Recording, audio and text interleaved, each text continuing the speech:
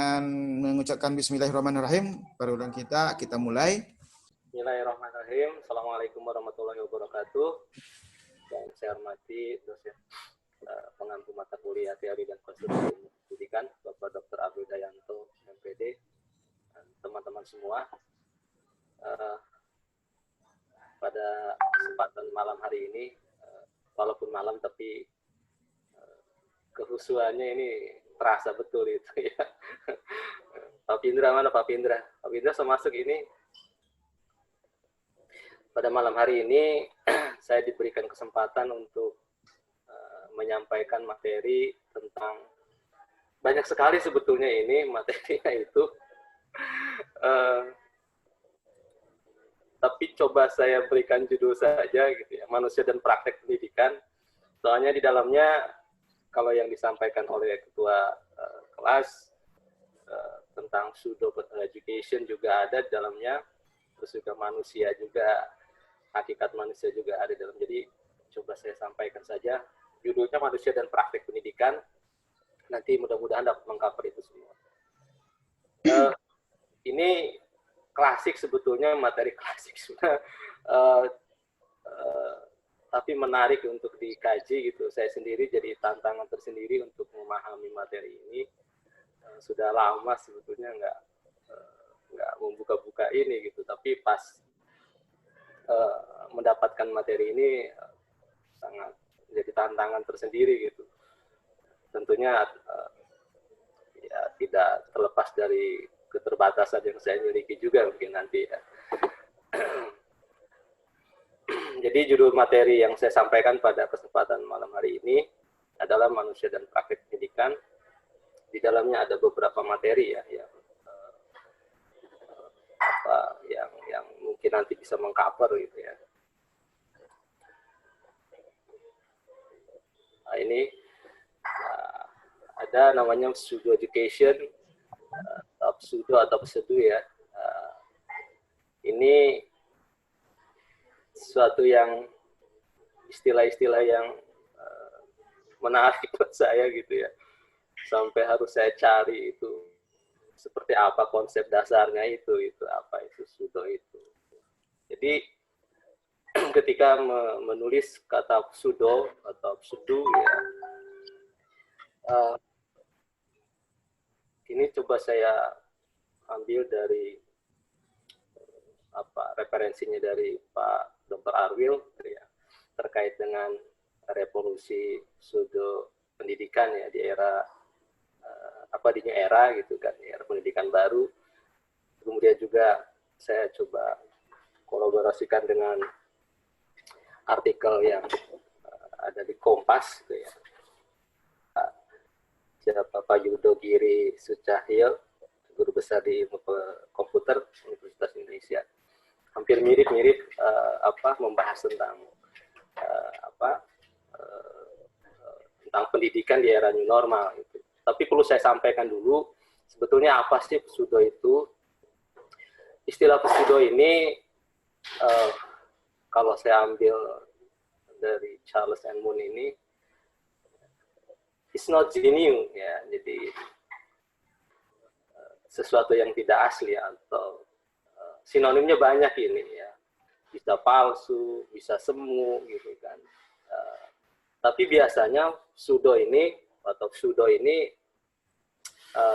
kata ini selalu diikuti oleh kata bendanya, kata benda lain, misalnya tidak berdiri sendiri bisa pseudo gitu tidak. Makanya kata pseudo itu ya ada pseudo education, pseudo berpikir, macam-macam lah. Ya.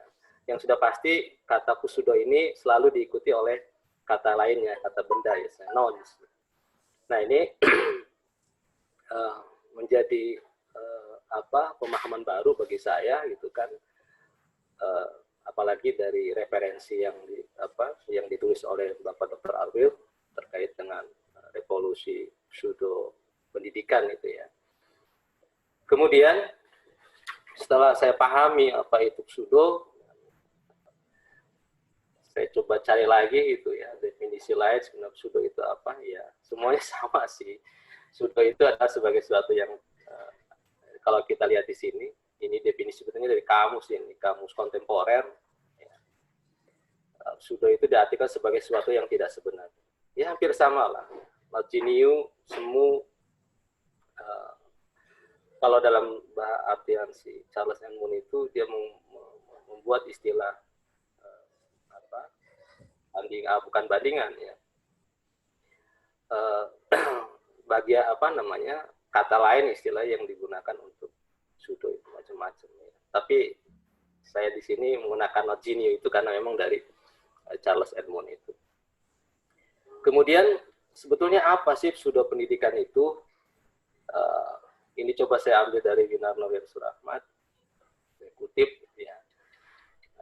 Tapi ini sebetulnya substansinya ya, aktivitas mendidik yang tidak berdasar, yang tidak bertujuan, kemudian yang tidak disertai keyakinan mengenai kebaikan, kebenaran aktivitas itu, maksudnya aktivitas mendidik, bukanlah aktivitas pendidikan sesungguhnya.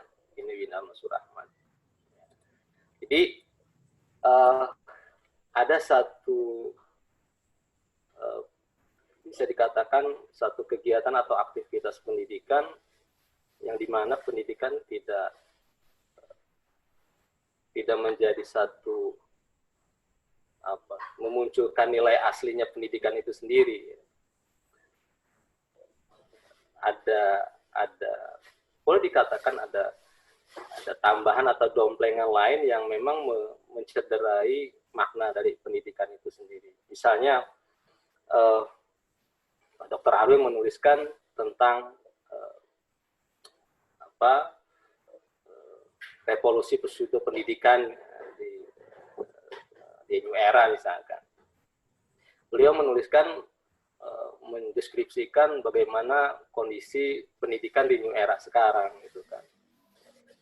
Dengan menggunakan teknologi, beliau juga mengemukakan tentang efisiensi dalam pendidikan.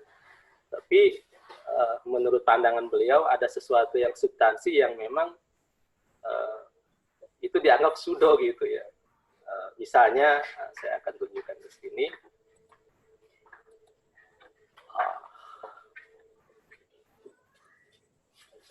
Misalnya ini seperti ini. Beliau mengangkat tentang kreativitas siswa. Bagaimana kreativitas siswa dengan pendidikan yang notabene tidak bertatap muka gitu kan. Kemudian bagaimana interaksi dan bagaimana siswa berimajinasi atau mengimajinasikan pikirannya gitu ya. Kalau dengan model-model pendidikan yang dikemukakan oleh Dr. Arwil, kondisi pendidikan yang sekarang dengan menggunakan perangkat teknologi pendidikan yang seperti yang sekarang kita ada. Dan menurut saya gitu ya, itu menjadi salah satu bisa dikatakan pseudo pendidikan gitu kan. Karena ada satu hal yang substansi yang memang dianggap nilai-nilai pendidikan itu tidak boleh dikatakan tidak muncul aslinya, sosok asli pendidikannya itu tidak muncul. Bahkan ini yang tadi saya katakan Yudo Giri Sucahyo, sini ditambahkan tentang kejelasan sosial dan emosional, kan dia mengungkapkan bahwa selama ini pendidikan di era sekarang ini menggunakan teknologi dengan model pendidikan jarak jauh ya. Beliau mempertanyakan bagaimana apakah kecerdasan sosial, emosional itu bisa dicapai melalui pendidikan jarak jauh. Hal-hal seperti ini juga dipertanyakan oleh Pak Cahyo ini. Kemudian guru gitu. Guru yang selama ini digugu dan ditiru pun dipertanyakan juga gitu. Bagaimana apakah memungkinkan guru itu masih digugu dan ditiru ya dengan model yang tidak adanya pertemuan secara fisik antara siswa dengan gurunya gitu kan. Kemudian bagaimana moral, etika, integritas, dan karakter. Ini menjadi pertanyaan-pertanyaan yang menurut saya substansi dari nilai-nilai pendidikan itu yang mungkin boleh dikatakan konvensional sebetulnya gitu ya. Tapi di satu sisi memang ya seperti inilah ruhnya pendidikan gitu ya. Di antaranya ya bagaimana menstimulasi misalkan kecerdasan sosial, emosional anak, interaksi di dalam kegiatan pembelajaran antara siswa dengan guru secara langsung. Tentunya ini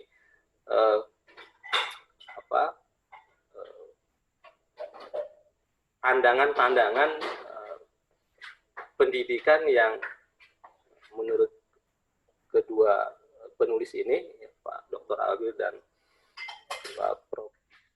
Cahyo ini menjadi satu satu kesemuan gitu, kegiatan pendidikan, tapi tidak memunculkan satu substansi pendidikan itu sendiri, makna pendidikan itu sendiri. Tapi saya sendiri gitu, kalau boleh berpendapat gitu ya, bahwa ya memang masalah kreativitas siswa yang seperti tadi saya kemukakan, interaksi dan berimajinasi, kecerdasan sosial, emosional, guru yang harus digugu dan tiru, moral, etika, integrasi dan karakter itu menjadi permasalahan di era pendidikan sekarang. Tapi bagi saya itu jadi sesuatu yang istilahnya yang klasikal gitu ya, yang konvensional gitu. Justru di era sekarang memang yang kontemporer ini ya realitasnya ya pendidikan itu memang berubah drastis, revolusi pendidikan memang betul-betul jelas terjadi. Cuma masalahnya ini jadi tantangan bagi para praktisi pendidikan gitu ya, khususnya di Fakultas Ilmu Pendidikan dan lebih khusus di program studi ilmu pendidikan, bagaimana mengelola masalah-masalah ini gitu kan. Ini jadi tantangan sebetulnya. Bagaimana menciptakan suatu kreativitas siswa tapi tanpa harus ada kegiatan tatap maksudnya interaksi secara fisik misalkan. Bagaimana menstimulasi imajinasi anak supaya berkembang dengan baik dengan kegiatan pembelajaran yang model sekarang ini yang menggunakan teknologi atau menggunakan pendidikan jarak jauh. Begitu juga kecerdasan sosial, emosional, atau bahkan guru yang slogannya sih ya, harus digugu dan ditiru, mungkin akan sedikit demi sedikit akan terkikis lah gitu ya. Dan ini tidak bisa, menurut saya bisa juga dipertahankan itu, tapi mungkin hanya lambat laun juga. Ini memang ke depan ini akan, kalau melihat kondisi seperti ini, kemungkinan besar akan agak sulit gitu ya. Kemudian moral, etika, nanti akan ada moral baru, etika baru, integritas dan karakter baru gitu kan. Cuma masalahnya bagaimana menciptakan, mengkreat suatu kondisi pendidikan yang dapat menstimulasi ini semua. Ini saya pikir tantangan lah ya, menurut saya gitu. Di satu sisi memang ini adalah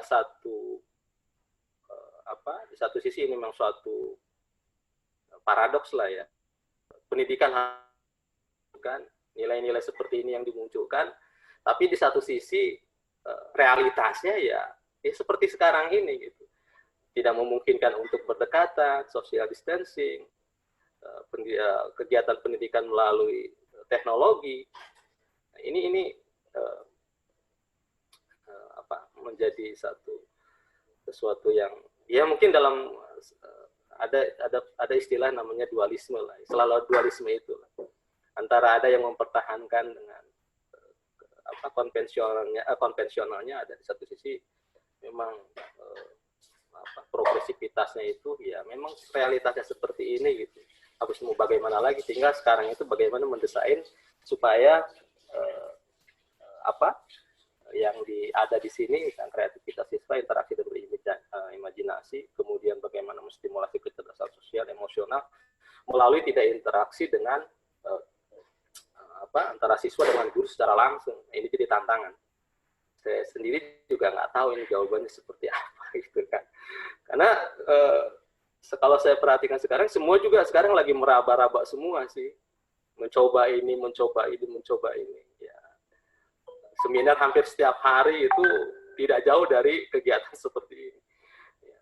Tapi rata-rata ya, menurut saya semuanya belum ada satu keajegan mana sebetulnya yang mau dipegang itu. Tapi setidaknya ini ada tantangan baru. Bagi saya sendiri ini ada tantangan bagaimana menciptakan ini semua agar apa yang dihasilkan oleh penulis ini, misalkan Bapak Dr. Arwil dan maupun Pak Sucahyo, bisa tercapai melalui walaupun melalui pendidikan yang sifatnya jarak jauh atau distance learning ini. Jadi itu tentang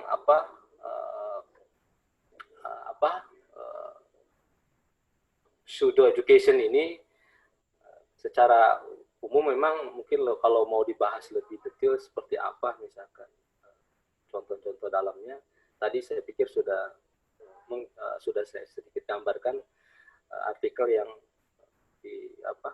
didapatkan dari Bapak Dr. Arwil gitu ya. Kemudian saya akan lewat ini. Oke. Ini pendidikan tidak lepas dari manusia. Jadi saya agak loncat ini. Tadinya mau manusia dulu, tapi karena di judulnya itu pseudo dulu, jadi saya ke pseudo dulu, tapi langsung lari ke ya. Ini berbicara tentang hakikat manusia. Ini cukup menarik, walaupun sebetulnya Pak Karji ini lebih mantap ini kalau ini yang membahas ini Pak Karji ya. Pak Karji. Jadi kemarin Pak Imam, walaupun saya nyalakan kameranya dan suaranya, tapi saya mendengarkan Pak Imam di ruangan cukup jelas bagaimana manusia belajar. Misalkan Pak Imam menyebutkan ada 3 pandangan ya, ada yang dari John Locke ya, terus Schopenhauer gitu ya, ada nativis, ada John Locke itu dari ada 3 ya. Saya mendengarkan itu ya. Nah, ini kita lihat apakah sebetulnya manusia itu seperti apa sih manusia itu? Sebenarnya sih apa itu manusia itu? Apakah manusia itu bisa dididik? Nah, ini juga menjadi pertanyaan di pembahasan ini. Ya. Tapi sebelum apakah manusia itu bisa dididik, saya akan menyampaikan dulu tentang hakikat manusia. Di sini disebutkan manusia itu adalah makhluk bertanya. Ini identik dengan anak kecil, tapi ternyata tidak selalu bertanya itu atau ingin bertanya itu ciri khas dari anak kecil. Tapi secara umum manusia itu memang makhluk bertanya, suka mencari tentang dirinya maupun sesuatu yang di luar dirinya.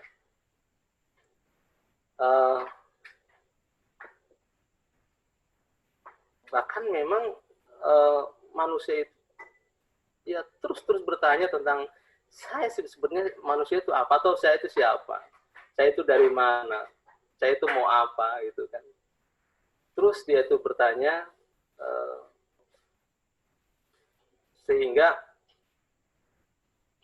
banyak sudut pandang yang berbeda gitu ya terkait dengan hakikat dari manusia atau sudut pandang manusia atau pengertian manusia yang tidak sama lah gitu ya antara satu pendapat dengan pendapat lain. Nah, ini tergantung dari sudut pandang mana dia melihat itu, nanti kita.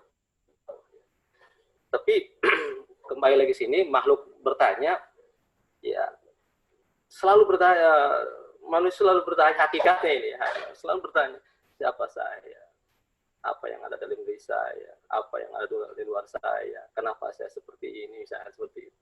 Dan itu saya pikir manusiawi lah ya, kita juga selalu bertanya pada diri kita sendiri gitu.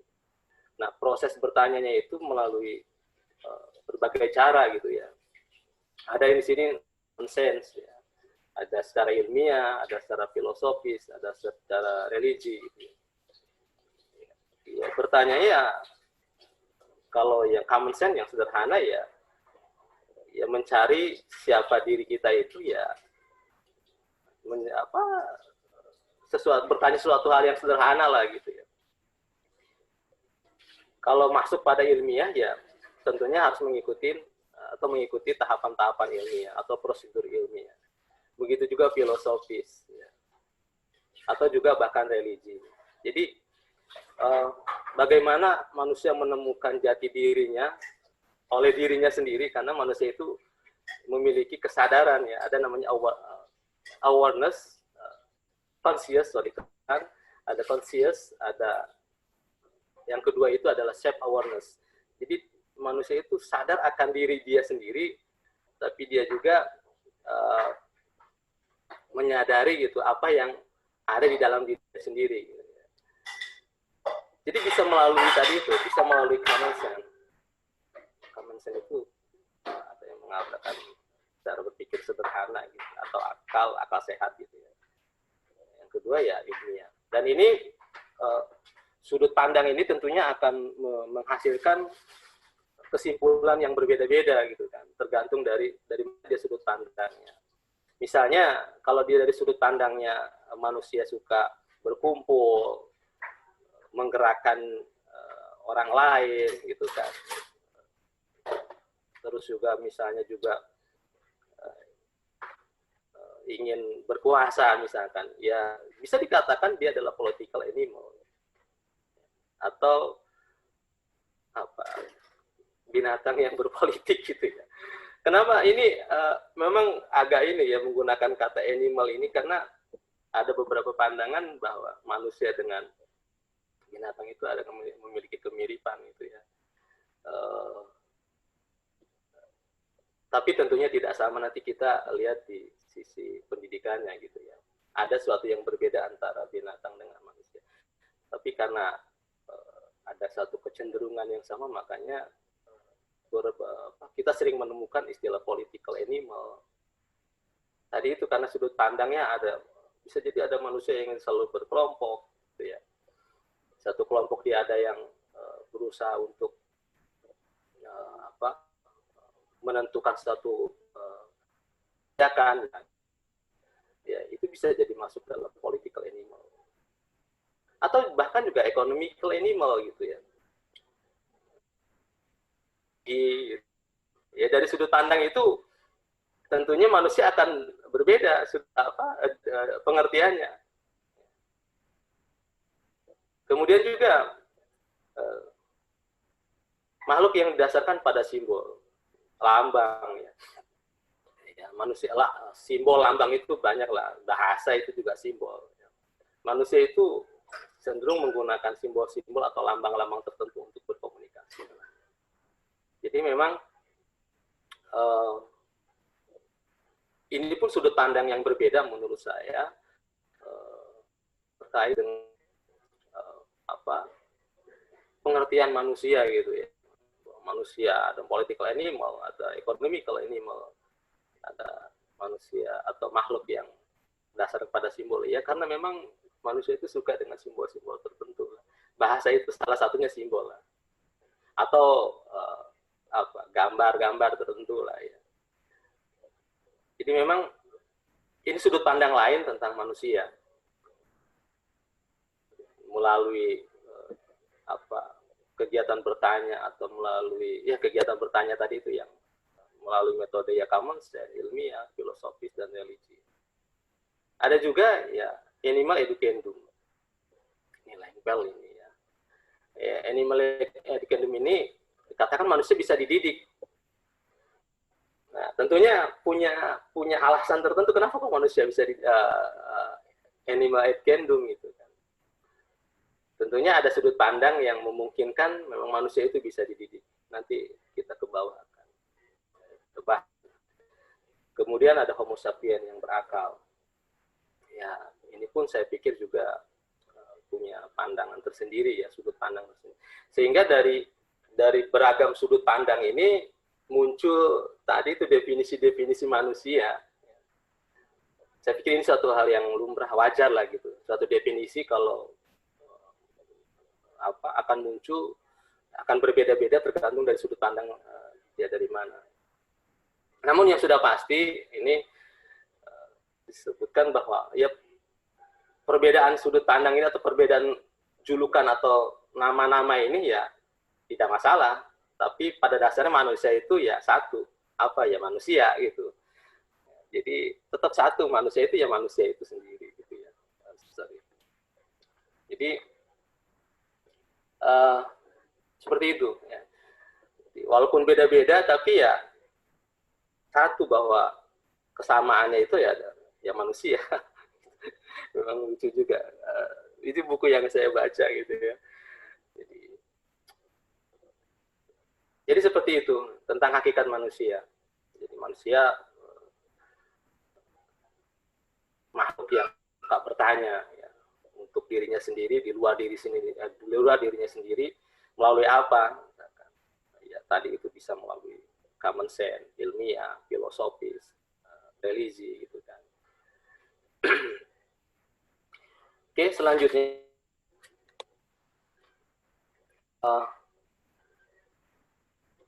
yang ketiga adalah manusia sebagai kesatuan badan dan roh. Ini juga ada empat pandangan ya yang terkait dengan ini. Ada yang namanya materialisme, ada idealisme, ada dualisme. Dan keempat itu ada kesatuan badan dan roh. Ini pandangan manusia terkait dengan kesatuan badan dan roh. Ini ada beberapa perspektif. Pertama ada materialis. Sebetulnya mana sih yang lebih esensial itu? Apakah materialnya? Apakah badannya? Apakah rohnya? Ini satu pertanyaan juga yang harus dijawab secara filosofis sebetulnya. Ini pandangan materialis itu mempertanyakan bahwa atau berpandangan bahwa ya materi itu yang utama. Roh itu hanya sebagai resonansi dari materi yang ada gitu. Itu seperti itu. Ini pandangan pertama, materialis. Jadi pandangan ini agak ekstrim menurut saya.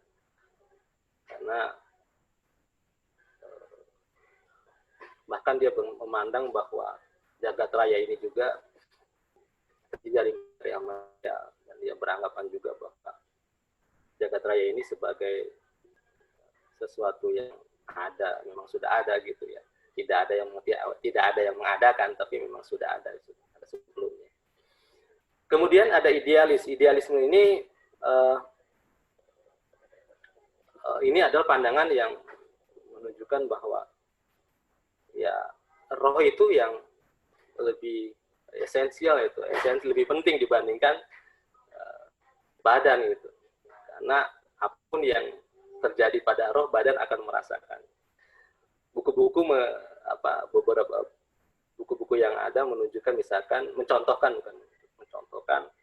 ya kalau hati lagi sedih gitu kan, atau jiwanya lagi sedih, lagi murung, ya badannya juga ya terlihat murung lah gitu ya. Kalau hatinya lagi sedih atau jiwanya lagi sedih, itu badannya akan murung, seperti itu. Nah, yang kedua ada dualisme. Dualisme ini kedua-duanya ya, antara jiwa dan roh, bahwa ya ini keduanya penting lah. Walaupun disebutkan tidak berhubungan gitu ya, tidak memiliki keterkaitan secara langsung, tapi dia memiliki hubungan yang bukan memiliki hubungan, tapi dalam manusia itu memang ada dua tadi, antara badan dengan jiwa. Ini dualisme. Dan yang keempat adalah kesatuan badan dan roh. Ini di buku yang saya baca tidak ditemukan istilah yang merepresentasikan kesatuan badan dan roh. Kalau dualisme itu hampir mirip sebetulnya dengan dualisme sih, antara jiwa dengan badan dengan jiwa. Oke. Itu adalah tentang manusia.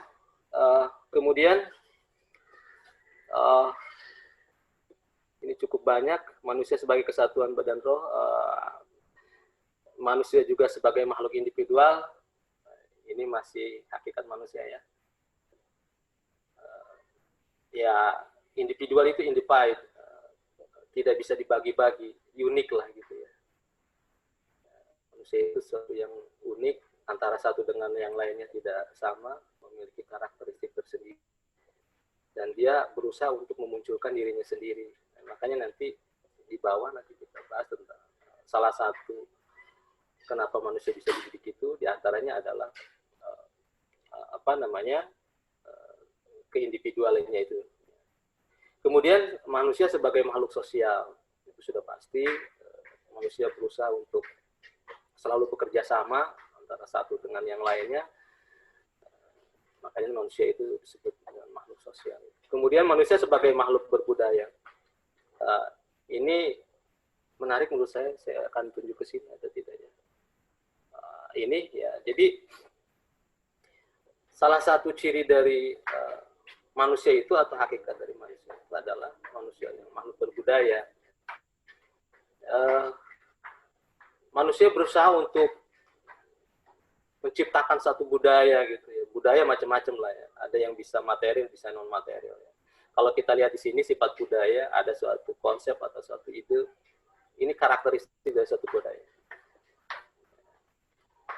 Manusia itu mempunyai ya sesuatu yang apa? Yang ada dalam pikirannya dalam bentuk konsep atau ide-ide. Tapi ide-idenya itu bisa diwujudkan. Ataupun ya ide-idenya bisa dibentuk, dia diwujudkan itu, dibentuk lah, diwujudkan lah, lebih tepatnya mungkin diwujudkan. Diwujudkannya seperti apa ya? Macam-macam ya, bisa bahasa, bisa dalam bentuk barang dan lain sebagainya. Kemudian menariknya budaya itu diwariskan gitu ya, diajarkan gitu. Makanya tadi kalau saya tadi agak dilewat satu slide tentang pendidikan, ada salah satu ruang lingkup pendidikan ini menurut Langgulung ada dibagi dua, lingkupnya satu masyarakat, kedua adalah individu. Kalau masyarakat itu di buku Langgulung ini tentang asas-asas pendidikan agama, asas-asas pendidikan Islam disebutkan, ada yang disebut dengan transfer of culture ya, transfer budaya. Ada yang, kalau yang kedua adalah individu. Kalau individual itu bagaimana mengembangkan potensi. Dari sudut perspektif itu Langgulung melihat tentang pendidikan ya. Jadi ini hebatnya kita sebagai manusia. Jadi budaya yang sudah ada, kemudian budaya itu diwariskan ke mana? Ke turunan kita gitu ya, ke generasi selanjutnya. Transfer of culture tadi. Melalui apa nanti? Ujung-ujungnya melalui pendidikan. Ya. Langgulung itu menyebutkan seperti itu. Kemudian budaya itu tidak hanya berada di kelompok dia itu, tapi budaya itu bisa meluas gitu ya, menyebar gitu ya. Dan budaya terus berkembang. Tentunya berkembang ke arah yang lebih sempurna gitu ya. Walaupun kesempurnaan kebudayaan itu saya sendiri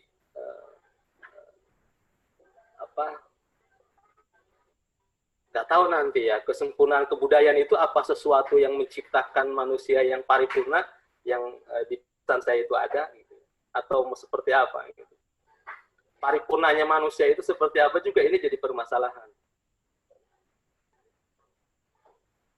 Begitu juga pendidikan, apakah pendidikan itu akan menciptakan manusia yang paripurna? Ya, memang secara teoritis seperti itu. Tapi kalau kita tarik lebih jauh lagi, kenapa keparipurnaan itu ujung-ujungnya akan ada kehancuran? Ini kan Coba gimana kan? Misalkan pendidikan pendidikan akan menciptakan manusia yang paripurna. Tapi di akhir dari keparipurnaan itu kenapa jadi kehancuran gitu? Maksud saya itu begini, di ending akhir dunia ini kan kita akan ada kiamat loh. Kiamat itu terjadi karena ada kehancuran moral misalnya. Artinya, apakah pendidikan ini akan menciptakan ke arah kehancuran atau seperti apa? Tapi tentunya tadi ruh pendidikan tentunya tidak seperti itu. Tapi ini menjadi bahan renungan saya sendiri kalau pribadi saya. Apakah pendidikan itu memang menciptakan manusia yang paripurna, sehingga paripurna itu ya insan kamil lah gitu ya manusia yang sempurna lah. Tapi kenapa di balik kesempurnaan itu ada kehancuran nih? Kalau misalkan ujungnya adalah kesempurnaan, tapi kenapa di akhir itu ada kehancuran? Kalau misalkan ditarik lebih jauh gitu ya. Tapi it's okay lah, saya pikir itu menjadi renungan saja. Mungkin pemikiran saya yang terlalu liar gitu ya. Jadi kembali lagi bahwa manusia itu adalah makhluk yang berbudaya.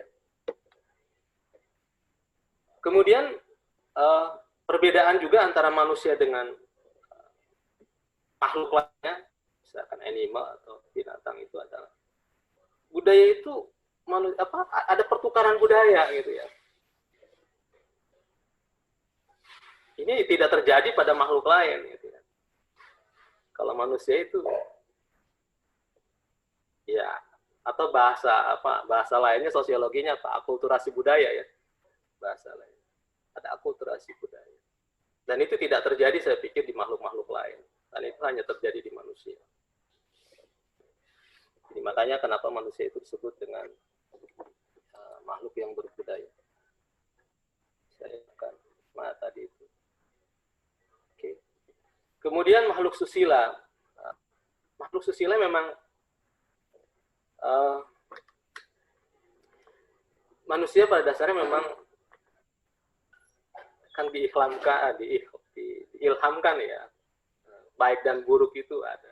Makanya ada nilai itu, ada susila, ada kriteria nilai baik dan buruk gitu kan.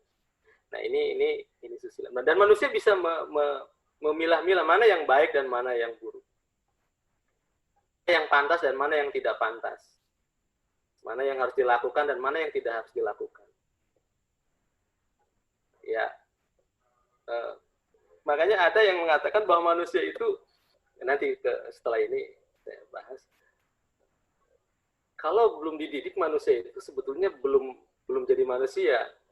Mungkin kalau bahasa filsafatnya apa itu Pak Imam, pendidikan manusiakan manusia, begitu ya. Waktu Pak Sarson gitu, pendidikan manusiakan manusia. Belum sempurna manusia dikatakan manusia kalau belum dididik. Jadi menarik menurut saya memang, tapi harus kajiannya harus dalam gitu ya. Nanti teman-teman lah yang lebih jago ya. Jadi manusia sebagai makhluk sosial, manusia kita lah bisa membedakan mana baik dan mana buruk. Karena memang kita sudah diilhamkan baik dan buruk, begitu Pak Ustadz ya. Baik dan buruk itu. Jadi potensi mana yang muncul? Karena potensi itu sudah ada di dalamnya. Potensi mana yang distimulasi nilai-nilai kemanusiaannya. Makanya humanis itu pahamnya seperti itu. Kemudian yang terakhir terakhir, manusia sebagai makhluk beragama.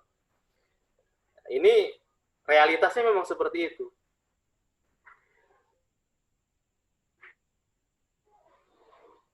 Pemahaman yang ada sesuatu kekuatan di luar diri manusia yang lebih kuat daripada manusia. Ini ada. Makanya ada istilah animisme, ada istilah dinamisme itu. Jadi memang manusia dari awal sudah mempunyai satu potensi untuk meyakini bahwa ada sesuatu di luar dirinya yang memiliki kekuatan yang lebih di luar dirinya itu. Saya pikir manusiawi lah ya, manusia mencari, kalau dulu misalkan kalau kita sejarah-sejarah Islam misalkan terkait dengan saking ingin adanya Tuhan mereka menciptakan patung-patung misalkan seperti itu. Karena mereka menyadari bahwa ada sesuatu kekuatan di luar diri dia yang memang dia tidak miliki. Manusia itu lemah dan sebagainya gitu kan. Ya, makanya dia ciptakan sesuatu yang melalui imajinasinya gitu kan, menciptakan sesuatu yang kuat di luar dirinya. Nah, ini perlunya pendidikan bagi manusia. Sebetulnya sebentar ya, ini agak harusnya di sini ada. Sebentar. Atau jangan-jangan nggak ketikin. Oke, ada yang terlewat ya. Oke, di sini kenapa manusia itu perlu dididik gitu kan? Ini ada 3 bagian yang coba saya sampaikan. Pertama, manusia sebagai makhluk yang belum selesai. Ini menarik. Manusia dikatakan makhluk yang belum selesai. Ketika lahir gitu ya. Ini bukunya Bin Wahyudin nih saya ambil ya. Ketika lahir itu memang manusia itu belum dikatakan manusia yang manusia. Makanya disebut manusia sebagai makhluk yang belum selesai. Kapan selesainya? Selesainya ketika manusia itu dididik. Karena manusia itu memiliki potensi yang kalau kita lihat di sini terbuka ya. Perkembangan manusia bersifat terbuka. Terbuka itu ada peluang dia menjadi baik dan dia menjadi buruk. Nah, di awal ini yang pertama ini manusia sebagai makhluk yang belum selesai itu ya disitulah tidak akan seperti manusia layaknya manusia yang diinginkan kalau manusia itu tidak dididik. Banyak contoh lah misalkan ya. Mungkin kita sering mendengar, bahkan nonton film Mowgli, ya.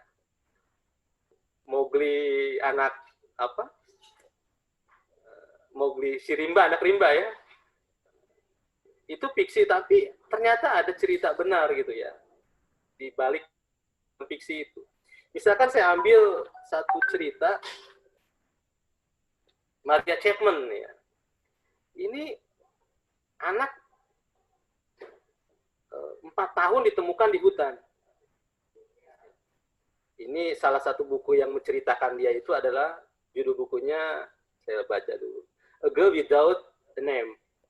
A Girl Without a Name. Jadi seorang gadis tanpa nama. Dia ditemukan di hutan. Apa yang terjadi? Ternyata perilaku anak itu tidak seperti layaknya manusia.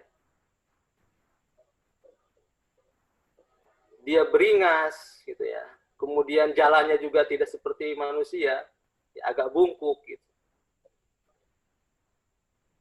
Nah, ternyata kalau kita melihat cerita yang Maria Chapman ini, bisa jadi manusia itu akan seperti binatang gitu ya. Kalau manusia itu tidak dididik. Kalau lingkungannya itu tidak berupa manusia yang memiliki nilai-nilai kemanusiaan, memiliki karakter-karakter manusiawinya itu. Memang kalau kita tarik teori-teori yang lain, teori pendidikan, saya pikir banyak sekali terkait dengan ini.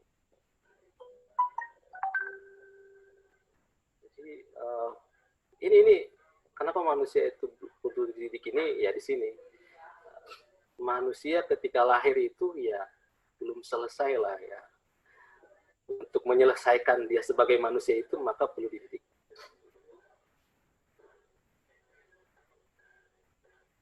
Kemudian yang kedua, tugas dan tujuan manusia adalah menjadi manusia.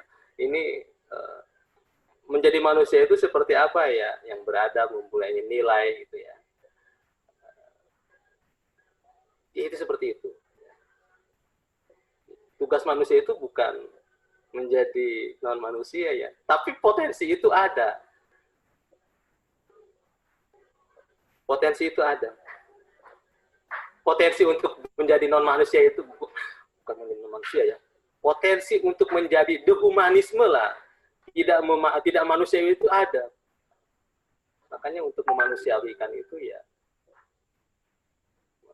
butuh pendidikan lah. Untuk memanusiakan manusia itu ya butuh pendidikan. Yang ketiga adalah terbuka. Itu peluangnya kemungkinan ya. Ada kemungkinan good, ada kemungkinan bad. Ada kemungkinan dalam perkembangan manusia itu bisa baik ya. Ada perkembangannya, ada kemungkinan manusia itu bisa buruk. Karena tadi itu manusia itu potensi baik dan buruk itu ada. Pendidikan itu untuk mengalahkan potensi buruk. Seperti itu. Ini ada salah satu ungkapan, man can become mental education only. Manusia itu akan jadi manusia hanya melalui pendidikan. Ini tentunya pendidikan ini ketika saya katakan pendidikan itu umum lah gitu ya. Bisa formal, non formal, informal, jadi secara keseluruhan. Tidak serta-merta pendidikan yang hanya di bangku sekolah gitu ya. Jadi tidak ada, tapi peluang manusia untuk menjadi manusiawi juga lebih terbuka lagi. Tapi itu hanya bisa terjadi, saya lupa siapa ini bentar ya, bukunya ini. Ya hanya pendidikan tadi itu. Nanti ada yang pendapat yang mengubahkan man can become mental education only. Kedua, kemudian anima educandum ini lempel ini ya. Ini artinya apa? Manusia itu memang bisa dididik gitu. Kok bisa manusia itu bisa ada pandangan manusia itu bisa dididik, nanti kita lihat ke bawah. Jadi 3 hal ini menurut saya kenapa pendidikan itu diperlukan oleh manusia. Pertama, manusia itu memang perkembangannya belum selesai dikatakan manusia sebelum manusia itu dididik. Kedua, tugas dan tujuan manusia adalah menjadi manusia. Untuk menjadi seorang manusia harus butuh pendidikan. Perkembangan manusia bersifat terbuka, artinya ada peluang baik, ada peluang buruk, hanya bisa ditentukan melalui pendidikan. Oke, jam berapa ini? Sudah mau jam 9. Ini manusia memungkinkan untuk dididik. Ya. Yang pertama, manusia itu memiliki potensi. Potensi itu kemampuan yang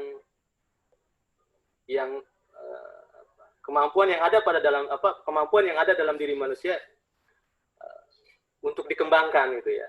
Jadi kalau potensi itu belum distimulasi melalui pendidikan, maka potensi itu tidak akan berkembang dengan baik atau bahkan tidak muncul. Jadi manusia itu sudah memiliki potensi untuk dididik ya. Banyak potensi, saya pikir ada potensi yang memang tidak harus melalui pendidikan, misalnya lapar, haus ya itu potensi gitu ya. Orang haus ya lapar ya minta minum lah. Nggak harus dididik pun ya, namanya orang haus pasti cari untuk memenuhi haus itu ya minum. Tapi ada juga potensi-potensi yang memang diperlukan stimulasi. Makanya kemarin itu yang kayak John Locke, Schopenhauer ya. Ada empirisme, ada nativisme gitu Pak Imam ya kemarin itu ya. Jadi walaupun pandangan itu agak tolak belakang. Misalkan empirisme ya, dia beranggapan manusia itu kosong, nggak punya apa-apa, nggak punya potensi gitu. Yang menulis yang meng-create potensi itu adalah lingkungannya. Sedangkan paham yang nativisme itu ya manusia itu memiliki potensi dari bawah. Jadi ini sudut pandang yang agak bertolak belakang, tapi masing-masing mempunyai mempunyai data, mempunyai alasan yang kuat dan mempunyai kebenaran yang benar juga gitu kan, terkait dengan pandangan. Makanya yang ketiga itu disebut dengan konvergensi itu. Kemudian yang kedua adalah memungkinkan manusia untuk dididik itu adalah manusia dinamis, dinamika, ya, mempunyai ya dinamis lah, ingin terus berubah, ingin terus memperbaiki dirinya. Untuk memperbaiki dirinya tentunya harus belajar seperti itu. Kemudian individualitas. Individualitas itu artinya ya dia punya satu keunikan pada diri manusia yang satu sama dengan yang lainnya tidak memiliki masing-masing kesamaan gitu ya. Ada sesuatu yang unik pada diri seorang yang memang dia ingin kembangkan keunikannya itu ya melalui pendidikan itu. Kemudian sosialitas, bersosialisasi. Ini pun menjadi salah satu ya karakter yang memungkinkan manusia itu untuk dididik. Yang kedua, yang terakhir adalah moralitas. Moralitas ini juga salah satu peluang ya yang memungkinkan manusia untuk dididik, karena untuk mengetahui baik buruk segala macam itu pendidikan itu menjadi menjadi instrumen ya untuk memperbaiki moralitas pada suatu individu atau kelompok tertentu.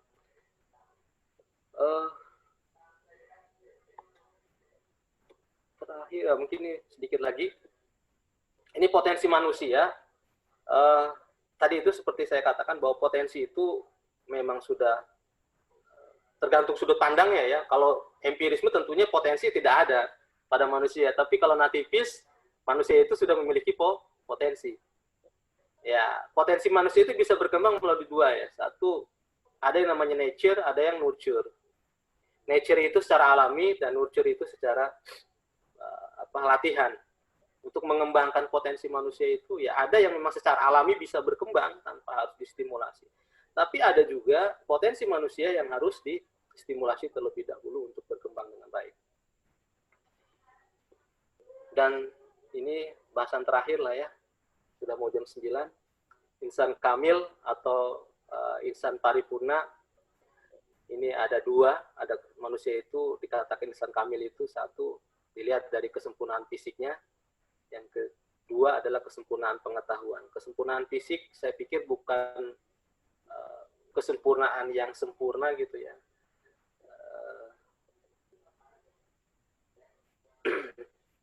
Tapi memang Allah sudah menciptakan kondisi manusia itu sesempurna-sempurnanya ya. Jadi indera semua sudah ada, tinggal bagaimana memanfaatkan fisik yang ada itu. Saya pikir tidak terlepas dari kekurangan yang ada pada diri manusia yang tertentu gitu ya. Kedua adalah kesempurnaan pengetahuan, memiliki pengetahuan yang baik, ya, baguslah. Kemudian ini beberapa ciri manusia paripurna. Pertama, berjasmani sehat dan kuat, berakal cerdas dan pandai, berhati yang bertakwa kepada Tuhan. Ya, kalau Islam ya Allah Subhanahu Wa Taala. Saya pikir ini cukup panjang, hampir mau 1 jam. Terima kasih. Mohon maaf atas kekurangannya, atas keterbatasannya. Terima kasih. Tutup. Assalamualaikum warahmatullahi wabarakatuh. Waalaikumsalam warahmatullahi wabarakatuh. Memang luar biasa nih Pak Ane ini, Pak Icam ini. Ternyata beliau ini filsuf, ya, bakat Pak Yuyun di UNJ ini, ya. Yuyun Surya Sumantri, Pak Icam. Ya. Ternyata kemampuan Pak Icam merekonstruksi filsuf-filsuf yang lama itu luar biasa, ya. Tidak beda-bedanya dengan Mas Imam, ya, yang kemarin tampil dengan excellent. Ya, hari ini lagi pedagog. Pak Icam lebih baik nih kayaknya.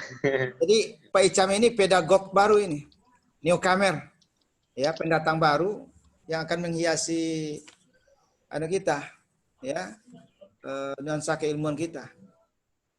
Jadi saya pikir apa yang disampaikan oleh Pak Icam, ya, bukan hanya Pak Icam saja yang belajar, saya juga justru belajar dari Pak Icam. Ya. Jadi itulah Merdeka Belajar itu, apa yang kita buat ini sambil belajar. Apa yang disampaikan oleh Pak Icam tentang manusia dan pendidikan, kenapa fokus pendidikan ini ke manusia, itu benar. Karena tujuan pendidikan itu adalah mengangkat harkat dan martabat manusia, mengembangkan potensi manusia. Jadi pendidikan itu tidak mematikan kreativitas, tapi menumbuhkan. Nah, ada yang menarik dari semua yang disampaikan oleh Pak Icam. Ketika manusia mencapai paripurna, kenapa kehidupan itu akan mencapai kekacauan, kepunahan? Ya, begitulah siklus kehidupan. Ya, tidak ada orang yang berada pada puncaknya terus-menerus. Jadi, kalau di dalam statistik ada namanya kurva normal, Pak Icam. Ya, jadi kalau kurva normal itu orang naik, menanjak. Nah, pada titik tertentu dia harus turun. Ya, sama dengan seorang jadi pejabat, nah, ada saatnya karirnya naik, ada saat karirnya turun. Jadi dia harus tahu. Nah, begitulah kehidupan manusia. Ketika manusia itu memiliki peradaban tingkat tinggi yang dikenal oleh Pak Icam tadi paripurna, nah pada saat itulah terjadi titik puncak dari kehidupan mereka. Di mana semua peradaban itu akan berakhir. Di mana? Dulu namanya adalah Persia, Iran, ya, peradaban tingkat tinggi, Islam tingkat tinggi. Itu tinggal histori, tinggal sejarah. Ya, Cordova, Turki, Utsmani, yang sekarang itu Sofia, gedungnya Sofia itu diganti lagi oleh Erdogan menjadi masjid. Itu puncak peradaban Turki. Ya, puncak kemajuan. Kalau dulu di Irak itu memiliki perpustakaan terbesar di dunia.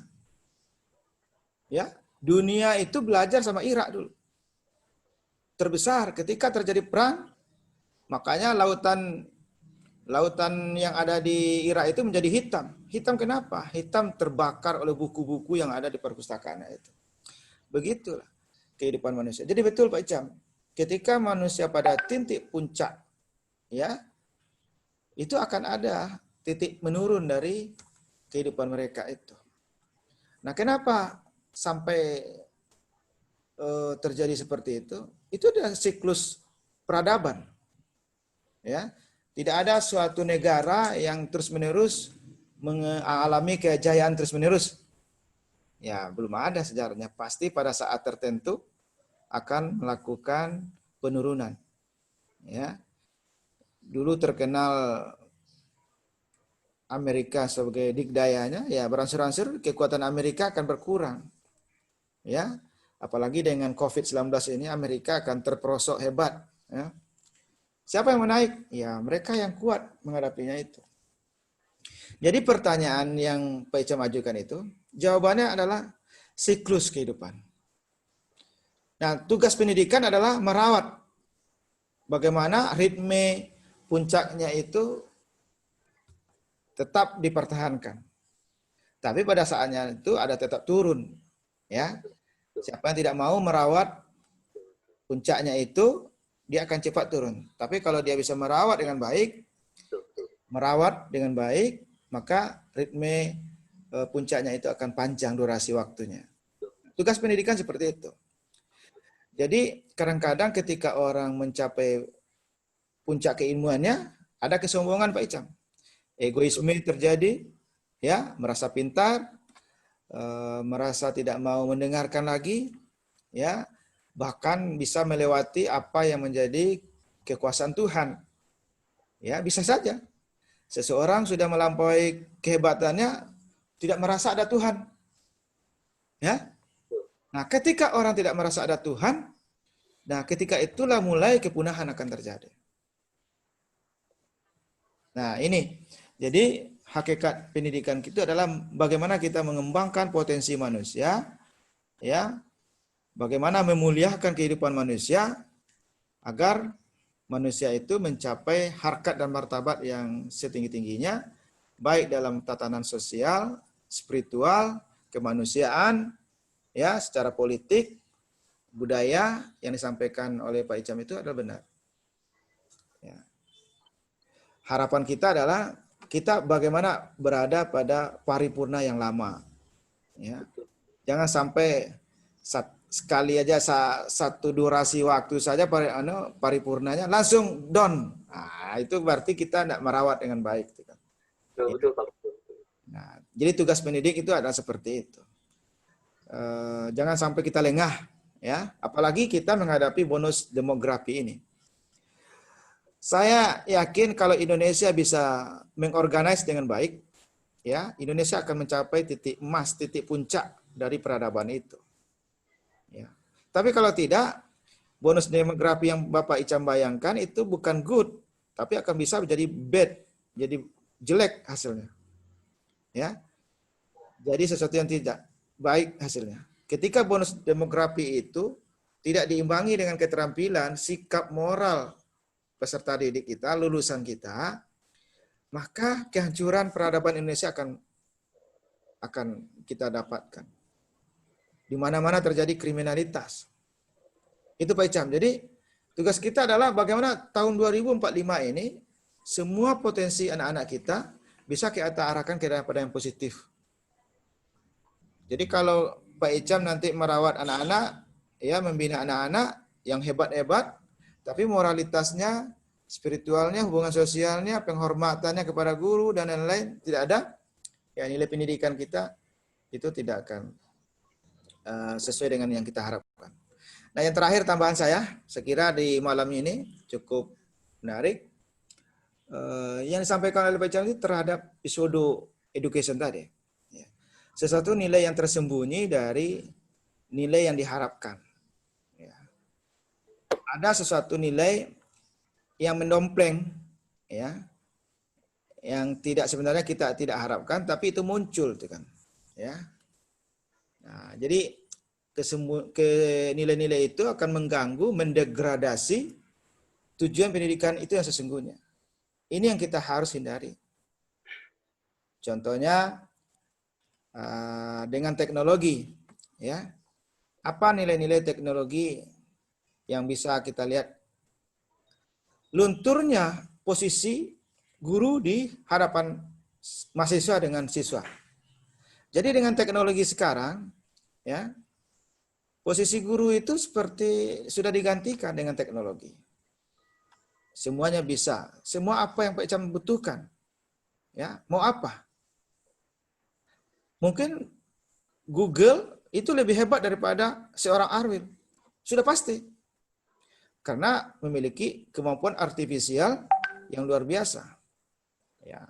Bahkan Pak Icam ke rumah seseorang saja, tanya Om Google saja, alamatnya mana, di mana, ya, nomor telepon seseorang, nomor Arul umpamakan tidak dapat, cari aja di Google. Ada itu, nomor teleponnya ada, bisa didapatkan.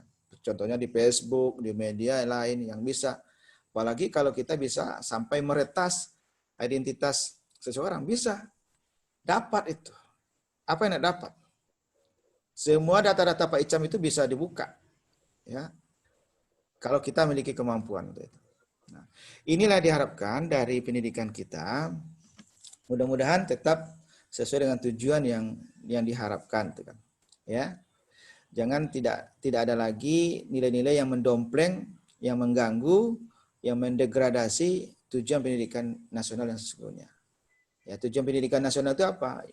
Menghasilkan manusia yang beriman dan bertakwa, memiliki karakter baik, ya, memiliki keterampilan, memiliki kepedulian, empati dan lain-lain.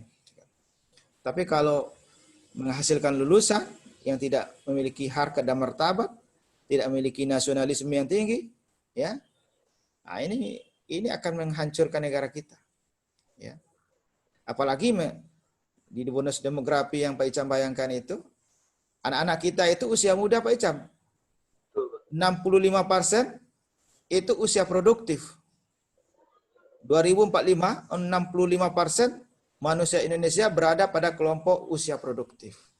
Coba bayangkan kalau produktif, pukulannya kuat, tenaganya kuat, tapi hanya untuk menghancurkan bangunan-bangunan yang bagus kita buat, nah, ini akan menghancurkan peradaban kita. Itulah titik balik daripada kehancuran sebuah negara. Kalau sebuah masyarakatnya tidak diarahkan pada hal-hal yang baik.